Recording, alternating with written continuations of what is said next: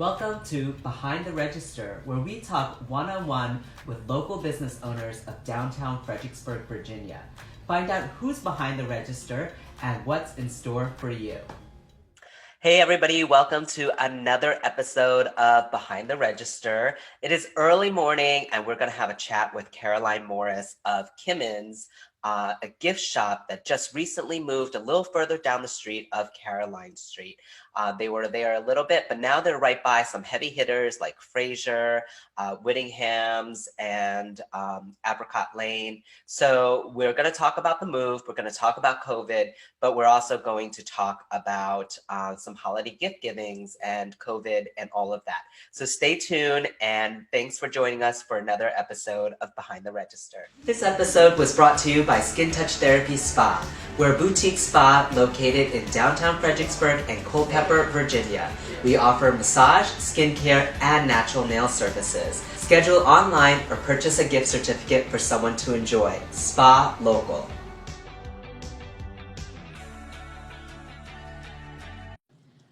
Hi, welcome Caroline. How are you?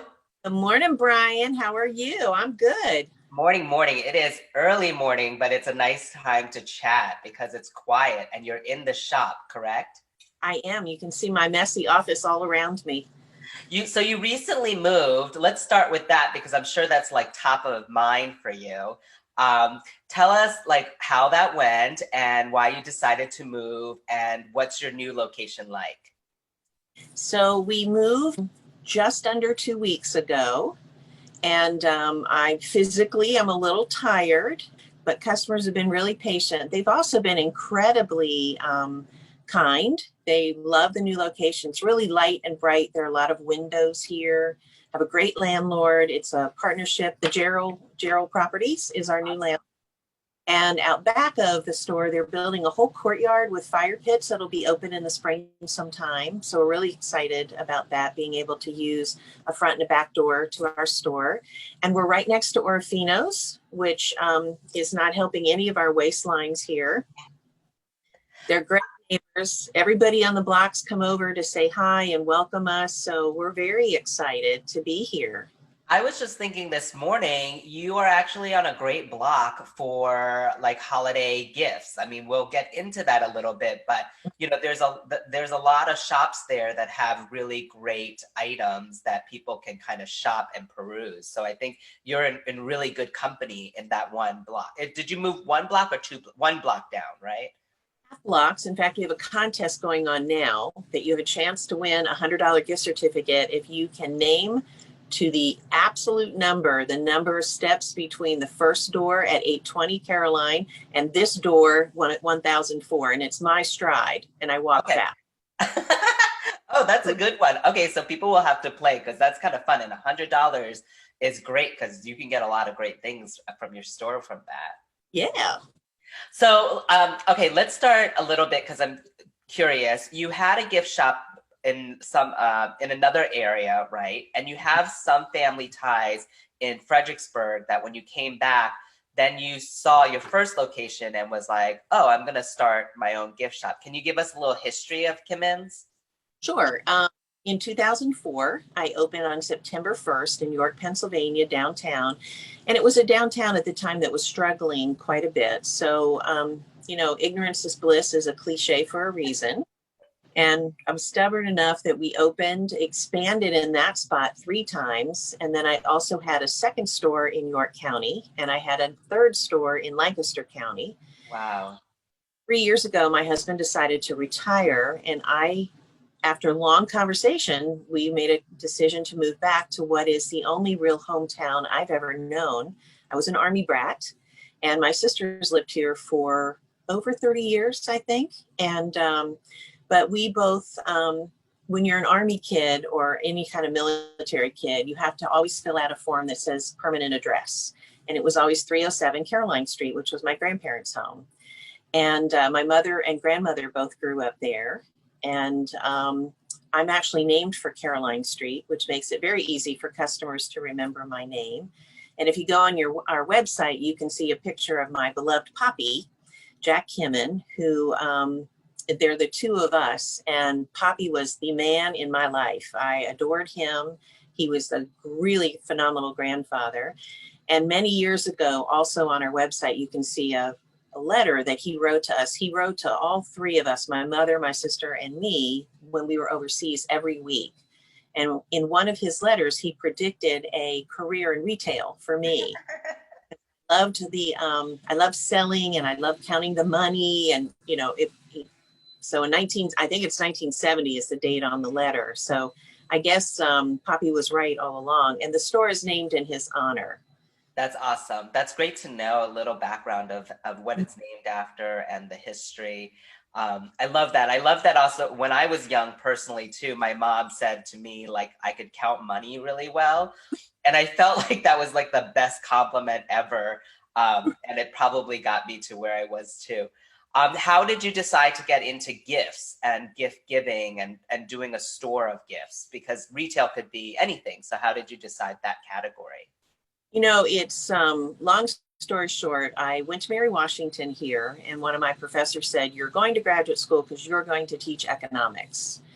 And I had no desire to teach, didn't really, being an Army kid, I had no clue what graduate school really was at the time, but I went off to graduate school in Philadelphia and went into banking, because I had an internship while I was at Mary Washington at the National Bank of Fredericksburg. And so I went off to graduate school, got my MBA, went into banking, loved it, had a great time, traveled. I had a territory from Minnesota to Texas for a small regional bank in Baltimore was bought out and is now owned by M&T. It's where I met my husband. And then from there, I went on to several smaller jobs and realized I really liked the entrepreneurial world. And then I had children come along, and that changes your life in many ways, a lot of good ways. Right. And I went in and out of the workforce and went to work in a store, which was not the first time I'd worked for a gift shop. I had worked for a very old line department store when Tyson's first opened when I was in high school and college. I worked at a department store called Jelliff's, and I really loved it. They were like the Garfinkels and Jelliff's and Woody's. They were all sort of the DC department stores. So I went to work for a store in York, really liked it, wanted to buy the store, and that really didn't work out. And I thought, well, okay, it's not the first company I wanted to buy that wasn't available. And so I went back home and was with my children for a while. And then I was in downtown York, and there was this space open. And I harassed the landlord until he rented it to me. And I didn't grow up wanting to be a gift shop owner. I had two really busy girls. One was 11, and I think the other one had just turned 14 or was about to turn 14 when I opened my store. And I wanted some flexibility to be able to go to all their games, be super mom, and run a business at the same time. So I had a friend work afternoons for me. And if the girls had a game, I was able to go. So I'm not one of those people that, I've always wanted to have a gift shop. It was a business formula that fit with my personal needs to be your lifestyle. Yeah, my lifestyle. Yeah. And then, okay, so then you retired after giving up all these shops, right? When you retired, well, not retired, but when you moved, did you think, oh, that's it, I'm not going to do any more shops? Like, was there a break where you just thought, okay, I did it, I had 3 stores and that's good. And then you came to Fredericksburg and was like, no, I have one more in me. The last 6 months of deciding to leave York was a very complicated process. My husband had customers. So he wasn't ready to announce his retirement, and the bank wasn't ready to turn his accounts over. So I had to sort of plan to look like I was staying open, but really plan to close and leave. And I thought I would come to Fredericksburg, maybe work for somebody else, maybe do something part-time so I could have real vacations, real benefits, that kind of thing. And my husband and I were down here Thanksgiving of 2017. And we were walking along Caroline Street, and I see the For Lease sign at 820. And I pretend not to see it. My husband pretends that he doesn't see me see it. And at that point, I knew I was going to move my store. And I called my sister and I said, can you call this number? And she said, sure. And she said, oh, you're bringing Kimmans to Fredericksburg. So she was really excited that I was coming here. And the fact that I had family here already and had friends here already absolutely helped launch the store faster than if I didn't know anybody in town. And So because you just had a support network and yeah, just people kind of excited and wanted to see. But I guess you have a vision, right, naturally. And then when you see a location, you're able to kind of see that through, really, right? you hope, and then, you know, you have this great plan on paper and then it changes 14 times. You're going, nobody knows how to measure a cabinet. I've got to tell you, in all the moves I've had of opening, expanding, closing, and moving, I don't think we've ever measured correctly the first time. So this, one of the women who works for me, I said, you take a piece of paper and you literally outline every cabinet we have. And we brought it down to the new spot and moved paper around instead of displays. So, you know, 16 years into this, I got a little smarter. It's a lot easier to move paper than it is displays, but we'll continue to move stuff as you see customer flow go through. Right. We've already the counter 3 times so that we don't have, and COVID is a complication. You want people to not be close to each other and to not feel like somebody's right next to them. So, you know, COVID has affected everybody and ours in a very minor way. But yeah, we're going to keep changing things up. I love the tip about the paper because it's so true. But it's also, I also feel like you have to live in the space a little bit to see that pattern and movement and just be flexible, because I think businesses evolve and you just kind of shape with it, and you're just going to see like consumer behavior, which I think is always the most interesting part of being an entrepreneur in a business, right? Because you see this vision, you put it out there, and then you just see how people react, and then you adjust to it, kind of, right? 100%. You've been in this position. You just opened in Culpeper, and you know that, you know, you think you know what it's going to look like, and then you're going, I don't know what I was thinking. Now move this here, and we'll move this over here. And you're tired because you're the one doing the moving. There's not magical people, you know, coming in and helping you. My staff was incredible, and 2 of them are real new with me. The other 2 have been here a little while, but they were incredible, and everybody was so excited for the move. And Brian, you know, it's very scary to move a business. Right. You know, going to find you. We all get in our routines where we go to Hyperion, then we walk down William Street and we go to the right. We've never gone left, and will people turn left? And one of the blessings on this block that I had no idea, Orofino is busy night and day in there. And so we've really benefited from the overflow of people walking to them, passing us, going, oh, what is this? And these people, some of them have never been to the 800 block. So right. Very fortunate right now. It was very scary to move.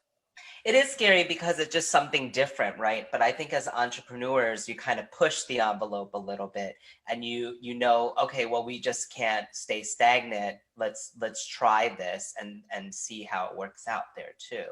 But every move costs money, and every move has different variables. You're going to get your pros and cons for each, and it's kind of like, let's see how it works out, right? So you talked about COVID, and I love to talk about it because I think it's, you know, such a unprecedented time, kind of, people have been saying. So I just want to see everyone's experience with that. Were you closed fully? Did you stay open partially? And how was that time for you? So on March 17th, I remember this distinctly, Trent, our fabulous UPS man, I turned to him and I said, you know, Trent, we all are basically being asked to go home for 2 weeks. So can you hold on to my packages? UPS locally had a service to do that. And I'll see you on April 1st. No problem. Okay. We're all stupid at sometimes. And as you said, it's unprecedented. So I was home for 2 weeks with my husband. I kept on my social media person because she was working remotely from DC. And I have this fabulous Mary Washington student. And I said, look, here's the website. Here's how you put stuff on. Start putting stuff on as fast as you can. And it's not particularly beautiful, but it served its purpose. And at the end of 2 weeks, it was one of those things, either I've got to figure out a way to get back in my business. I had rent to pay. I had employees to pay. I had grants to write, and I can't do that from home. So I came into the store with the door locked. We did a lot of curbside. We did mostly delivery, and then we started shipping packages. And my old customers in Pennsylvania have been incredible. There were days when I was shipping 17, 18, 19 packages a day, which kept my business healthy. Awesome. I wouldn't say thriving, but it was healthy. I could pay my bills, which was a lot more than many people could do. Right. And I'm incredibly fortunate to receive some grants. And I didn't realize I could write a grant as fast as I could. In fact, I wrote one just 2 days ago. And I look back over the 7 months of everything that we have been through as a business. And I am not unique, and I am really, really fortunate. So I want to say that up front. But wow, when you reflect on the notes of your early grant writing and your grant writing that you just did, but we received grants from the Spanx Foundation, which I'm really, really proud of. That was for awesome. women-owned businesses. And who doesn't wear Spanx? If you're a female, I don't care if you're size 2 or 22, you have worn Spanx in your life. And she started her business out with a red backpack from college and $5,000. Yeah. And for 5 months, she gave out $5,000 grants. And I'm also the recipient of one of the Spanx red backpacks. That's awesome. I wear that in honor of somebody who reached out to small business women and said, I'm in a position to help you and I want to help. Right. The Virginia Fund was also one that, without a whole lot of paperwork or to do, said, we want to help Virginia businesses. We've been successful. We want you to survive. You had to do a quick video, send it in. And at first they said, yeah, thanks, but no. And then I got a call Saturday night at about 7:30 on my cell phone. And I was like, oh, what customer is calling me? I'm tired. And it was the gentleman who started the Virginia 30 Fund. He said, Caroline, no, we know that you are going to survive, and we want to help you in that pursuit. And the EDA here in the city was incredibly helpful. I received one of their grants, and Main Street with one of their technology grants, which helped us get our SEO on our website way up. If you Google gift shops in my local community or in Fredericksburg, Virginia, we come up number 1. Awesome. That money makes a huge difference. People have found us, they've called us. And I made a decision early on that I would not criticize or judge other people's decisions. Mine was, I think it dawned on me at one point when we opened right before Mother's Day, which for most gift shops is a pretty big weekend. You really can't afford to not be open. But I made a decision. We're not going to have a vaccine or a cure or a solution for months, if not another year. Right. So what do? You either, in my particular case, I made the decision to open with as much safety precautions as possible. We wear masks. We've got a plexiglass at the counter. If you come in, I tend to stay behind the counter to give you the run of the store. My employees have to have a mask on if people are in the store. They have to have one on if they're next to each other. Everybody's 6 feet apart. It's not becoming natural, but it's becoming like, oh, well, whatever. It's what we do. The front door's open, so some days are a little chilly. And we had the heat on yesterday and the front door open, and oh, well, my utility bills are going to be a little bit higher. But, you know, knock on wood, everybody around me has been pretty healthy. We've been really, really careful. And there are customers who are so shocked that we're open. They said, oh, did you just open? I said, nope, we've been open since May. So everybody has a different level of comfort. I'm incredibly fortunate that we are okay. People have been really supportive, and, you know, we're doing this on election day. So who knows what's going to happen this coming week and weeks out. You know, who knows what'll happen when the vaccine comes. I've just got a mindset that my mask is a permanent fixture for a long time right now. Yeah, I think that's just the new normal. And I think even looking back just a couple of months, so many things have changed. We've known so many more things about COVID. I think at the time, being a business owner, it was really hard, you know, and it's just hard. I don't think anyone can judge each other, although probably people do, but you don't know what that situation is. And I always say, for me, it's like, I only have control of my 4 walls, you know, Mm-hmm.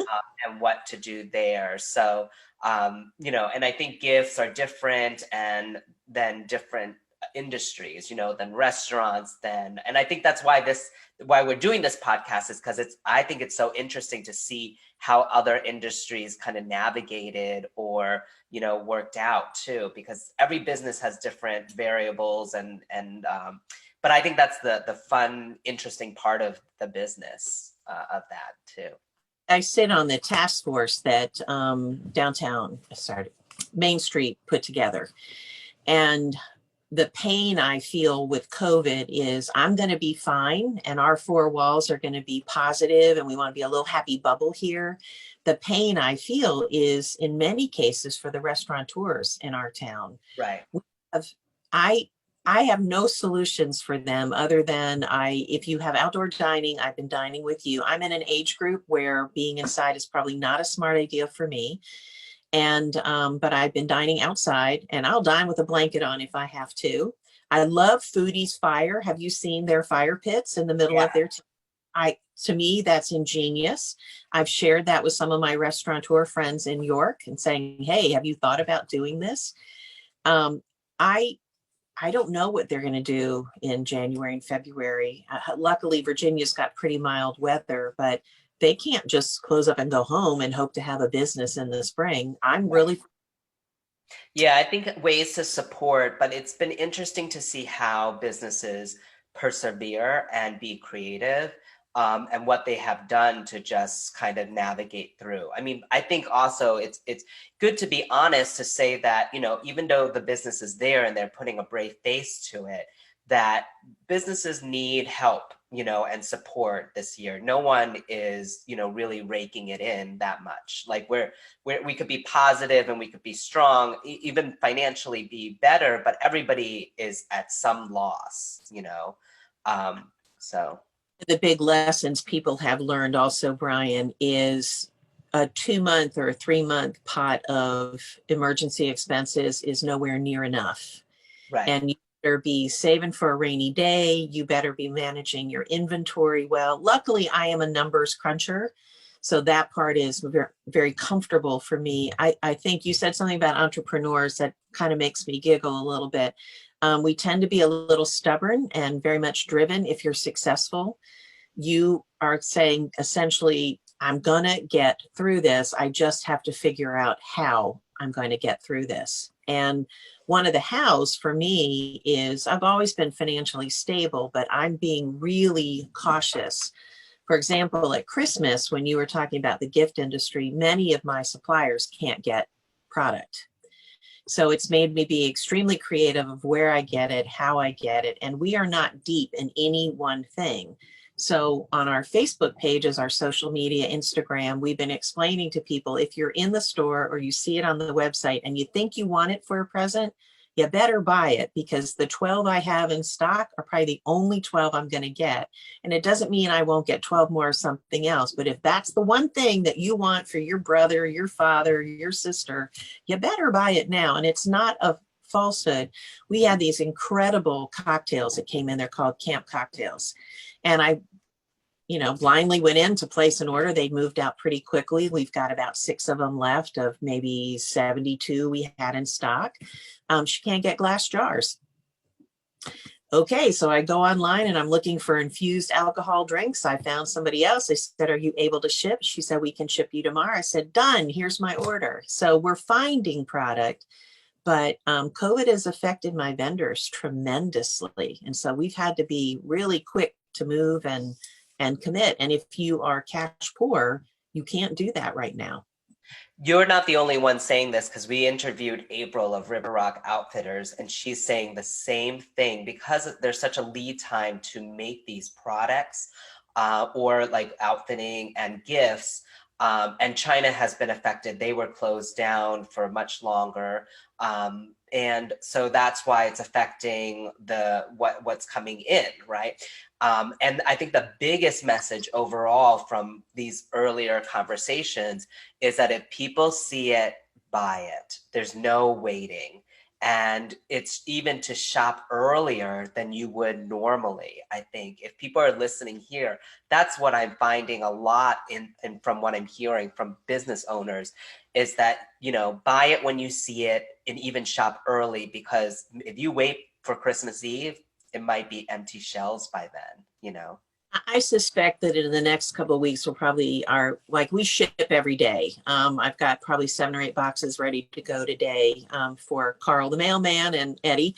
And I suspect that over the next couple of weeks, there's going to be a lot more of that going, oh, I delayed. And the benefit is many of us during COVID got our websites up and running. And again, none of them are beautiful. I think I have a Shopify website. I do too. Very restrictive if you've got, 700 or 800 products like I do at any one time rolling in and out. The front pages of that are not beautiful, but it works. And it's reliable and people are using it and finding us. And so that's the exciting part for us, that even if we have to close down or people get scared to go out again, or it's cold and they don't want to go out, they know they can hit Kimmans.com and place orders and we'll get it ready and out the same day. In fact, many orders are shipped within an hour or two, which is better than on. I know. So did you do all your buying? Did you go to a market, or are you doing all your buying online? I generally Atlanta. So in January, when everything was still normal and fine, I went, and I probably do 70 to 80% of my buying in January for the entire year. Okay. And then I went to a very bizarre Atlanta in August. They moved from July to August, and I have a daughter who lives in Atlanta, probably would have canceled otherwise. So I was like, well, I've already got my airfare. Let's go. I had a great visit with her. The benefit is no one was in the showrooms. So it was extraordinarily safe.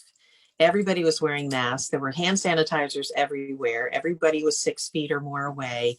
And so I picked up some really cool stuff in August.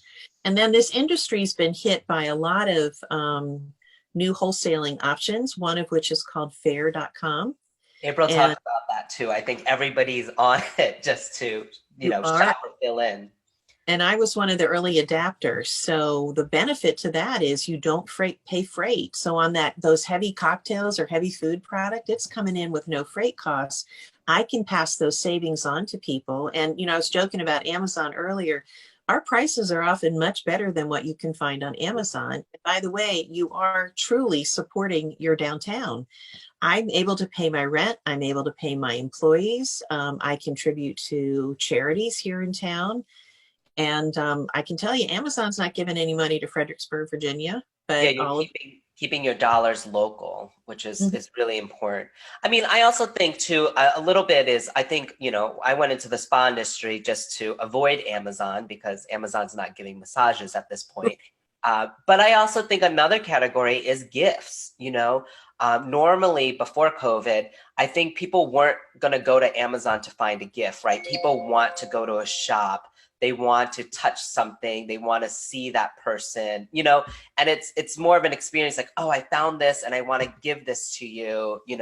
I think gifts is that one rare category that is still going to exist for brick and mortar. If you talk to industry experts right now, and I listen to several podcasts of people whose opinions I respect, brick and mortar is up this year in many parts of my industry. We have this really cool present. It's a wool beanie with an LED light right here. Dog walking. They're really fun, and they're a great present for the guy in your life or the woman who walks a dog at 4 o'clock in the morning, which some of my friends do, think they're crazy, but you're not going to get hit by a car because you've got this great LED light. Well, my enthusiasm for that product, I can put it in your hand, show you how to pop it out and recharge it. And my price is better than Amazon just because I'm not ripping people off. And I think we've probably sold 500 of those between 500. Yeah, a lot. Many of them online. That's one of the things I'm shipping every morning. I've got 4 or 5 out there on the counter from people that saw it on a Facebook posting recently. And I know I have met most of the makers of my products. I have I can pick the phone up and say, I think this is a real big mistake. Do you think you can make this change? And they're like, yeah, you're one of 15 people who've told me that. Let me go take a look at it. So I can pass on the knowledge from my buddies who own these companies, create the products, and kind of go from there. I think everybody, like small business, I think that's where you get that intimacy, right? And like you can make those changes, and people like to hear the story behind the product, and I think Amazon doesn't really do that well quite yet. Did you adjust some of your buying, like from January, your orders, and then COVID hit? Were you like, okay, we're gonna not have this, we're not gonna do that? Or are you finding that trends kind of stayed the same when you came back in August, or was there a big shift somehow? Any observations there? Oh, there was a big shift. I sat down, your stomach's churning going, oh, I have all these responsibilities and how am I going to stay stable? Being stable was my most important thing. I didn't need to take a paycheck, but I needed to be stable for my employees, pay my rent, pay my utilities, the internet bill, all those bills that come in regardless. I do have to do a shout out to Cox Communications. They stopped all bills for small businesses for 2 months. Oh, awesome. So, yeah, Cox Cable. And so I came in, I looked really hard at every single order I had. And if it was not going to fly out of the store, I canceled it. But I did it on a personal basis. I wrote them the reason I was canceling and that I wanted to do it so far ahead that they could adjust their numbers. I am not goes through market and just place an order. I might cancel 2 orders a year. And this year was close to about 20. And I said, when and if I'm in a position and I think it makes sense, I will reorder. I've done it on a few, but you look really hard. If it's not going to fly out this door, I'm not buying it right now. How do you know when something is going to fly out the store? Is it just because of years experience? Last January, 2 Januaries ago, I was in, and it's ooh, I love this. So I know someone else will, but I was at market and this girl said, have you ever seen a lighter that doesn't have butane in it? And I went, no, I mean, how does it do it? So she showed it to me, and it's a USB lighter that has no fuel in it. You recharge it and it's like, I don't know, 300, 400, 500 charges before you have to charge it again. It is the coolest thing I have ever seen. And we have sold hundreds of them because I love it. It's a great product. And people look at it and go, ooh, that's cool. Right. And I have a favorite customer whose son's always like, she said, I can never surprise him. And last Christmas, she gave him one of these and goes, Mom, I've never, ever seen this. So that was pretty cool. Yeah, and they love it because it's useful and you don't have to get more fuel or it recharges. So also, but that's really because you've just been on the market for so long. You've seen so much. So when there's a product that's a standout product, really. It actually gets harder to buy the longer you've gone to market. So I've done New York and Philadelphia, but my favorite is Atlanta. It's big, it's huge. And Atlanta's on the calendar before New York is. So if you want to grab something and have it exclusive for your area, you can do that typically in Atlanta. But I think if I go along and I think it's really cool and different, my customers I probably have customers. And there are times when like I'm picking up jewelry and I'm going, I need to call this guy because I know his wife is really going to like this. Right. So sometimes specific people in mind. One of the keys for me, though, is I don't ever push people. I hope to know my customers fairly well. And when I know that somebody's just had a grandbaby and this would be the perfect little baby present that will make that grandmother stand out among a baby shower of the same usual things, I will probably send them a text or an email, but never a push. Right. And they come in and go, not my thing. It's all right. It's one of the things. We just sent out an e-newsletter and we do a lot of curbside delivery. One of the benefits of the 1,000 block is cars move quicker through this block. So you can usually find a parking place pretty quickly. But appointments, I think people are nervous about making appointments because they feel the pressure to come in and they have to buy something. Right. So rather than sort of dance around that, in our e-newsletter, we went right at the point and said, look, if you come in and want an appointment at 8 or 9 o'clock in the morning, come in. I'm here usually anyway. You can have the store to yourself. If you don't find something that you want, it's okay. Don't feel the pressure that you've made an appointment and you have to buy something. Right. You don't. Not a problem. So tell us a little bit of what trends are coming. Like what do you think you can entice some of our viewers and listeners? Like what should they be looking for? Like what do you think the holidays will be like, and what they will get excited about? We are not a clothing store. We don't do clothing by size, but a lot of us are eating outside a lot longer into the year than we normally would. So we've got some great ponchos that you can still eat in, but feel warm, and they're stylish. So you don't feel like you're wearing a blanket. Everybody talks about self-care, and absolutely. We've got the coolest shower bombs that last 6 to 9 showers. They're a huge man present. And one guy came in yesterday. I just said it to somebody. He goes, oh, I love shower bombs. What fragrances do you have? And I said, see, I'm not crazy. Guys really do like these. So self-care. Right. And we carry top quality products. I don't want to put junk on my skin. What is it, like the biggest organ on your body or in your body or something? The largest organ, yep. Yeah, so I don't want to put junk on it. So I'm really cautious, and I use every product that we bring in or we don't bring it in. And having said that, I also eat everything that we bring in to the store. That's fun. I just saw you had some candy that you brought in too. Okay, now we tasted that. I'm not eating that. We tasted it. It's by a company called Candy Club, and it's dangerous. And yesterday we were opening, there's a whole Christmas limited edition of reindeer noses and I don't know, frosted trees or whatever. It's all good. And if you're lucky enough when we're tasting it, we'll open a jar and you can have a taste. But those jars go pretty quickly. So you kind of have to be here in a 3-hour window to get a tasting of it. But a lot of people started cooking again. And yesterday we got in some incredible salts. And they're in jars, they're in tubes, they're in pouches, everything from sriracha salt to Thai chili, a couple of others that are, if you don't know how to cook, they make it look like you know how to cook. And if you really know how to cook, you know how to use it properly. But you can, if you want to cook fish and be a little healthier, you throw some of the salt on there and people all will think that you know what you're doing, even though you really don't, kind of thing. And I think all of those products are like perfect stocking stuffers, or just things that just you can say like, hey, I'm thinking about you. Here's this. Something to just brighten up people's kind of day. It doesn't have to be holiday, but it could just say like, oh, I'm thinking about you, or here's something. I think that's really nice, you know? Have something that your oldest daughter will really like that's coming in, I think, later this week. But there are these books that have in the front, there's a big circle in the front that you shine a flashlight through. And while you're reading the book, either the galaxy or a picture of a princess in the woods or whatever the book might be about shines on the ceiling while you're reading the book.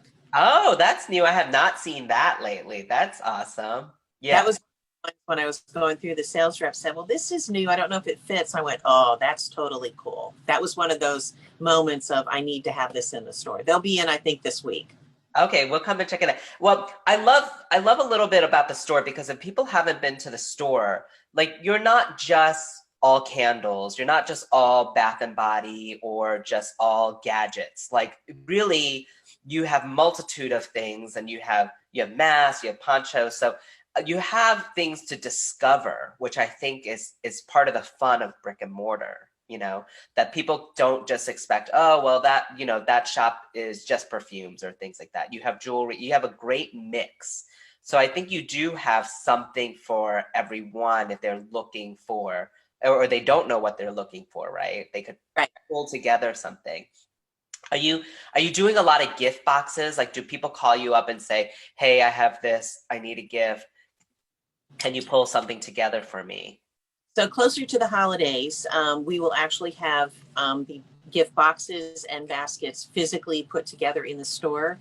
But we do a lot of videos for people, and they'll say, you know, I'm a new grandmother, or I need a present for a baby. And we'll do a video of the whole baby area for them, and they'll come back and pick and choose.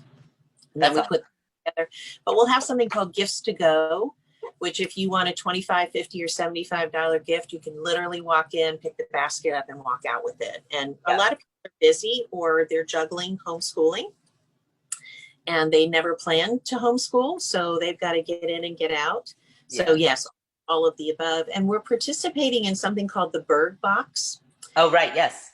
And people will be able to order that. I think it's 50 of them. And we've got a gorgeous scarf from a Canadian company that's going to be in there with little pom-poms on the end of it. So that's another thing. Very excited to be included in that.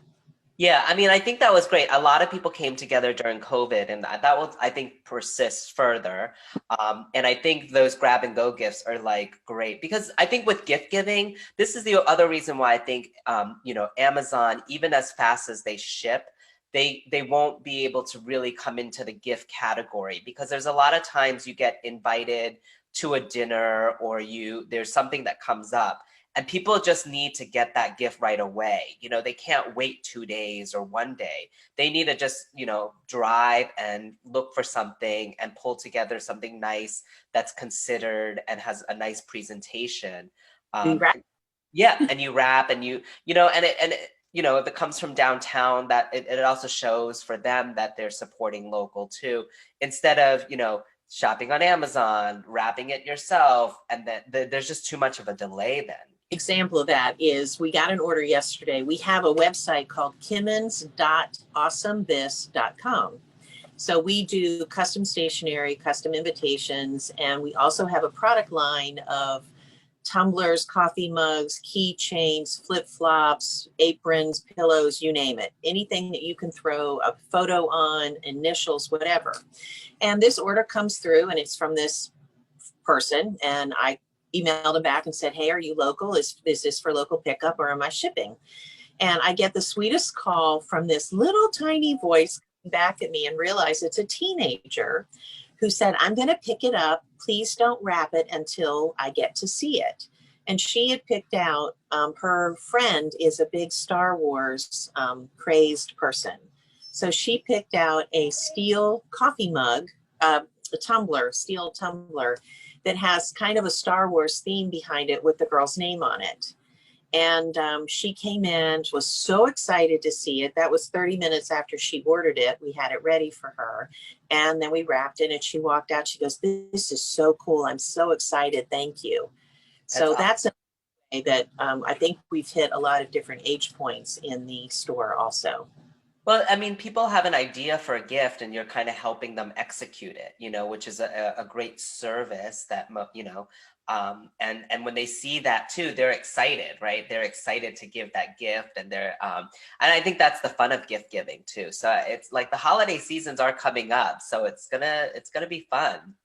It should be fun, because if it isn't for somebody who owns a store, you are absolutely in the wrong business. It'll be busy, but it should be fun. And we don't have boards of directors that are telling us what to do or patting you on the back. The best thing for me is when a customer comes in who received the gift and said, I love this present. I love this present. Well, so they've done it right. Spreading it. They're getting it, then they're spreading it out. So it really helps that way too. Anything you're looking forward to for holiday or Small Business Saturday? Do you have anything planned there? It's, again, COVID has affected a lot of plans. So yesterday we started the beginning of a Christmas window, and a lot of Christmas is up on the floor. We're not going to do a big holiday open house. We're going to have specials that if you want to know what they are, you've got to go onto our Facebook page, Kimmans Company. And today we'll announce the first special that'll come up. And so we're doing special things every week, but not some big blast, because again, I don't want to be one of the people that encourages everybody to crowd into a spot and become Kimmans does not want to be a hot zone. Right. But I mean, a hot zone for gifts, but not for COVID. So we're lengthening our hours we're already open on Friday and Saturday nights until 6. We often stay till 7. And then right after Thanksgiving, we'll be open till 6 or 7 every weeknight until 8 on Fridays and Saturdays. And we'll expand our Sunday hours. The other fun thing that we're doing too, that I want to be real quick about, we have painting parties here that are not your typical. We have, I would mentioned our Mary Washington College girl. She's phenomenal. She is a volleyball player. Her name is Tenley. And Tenley can't play volleyball right now because the season has been postponed or canceled. We're not sure which right now.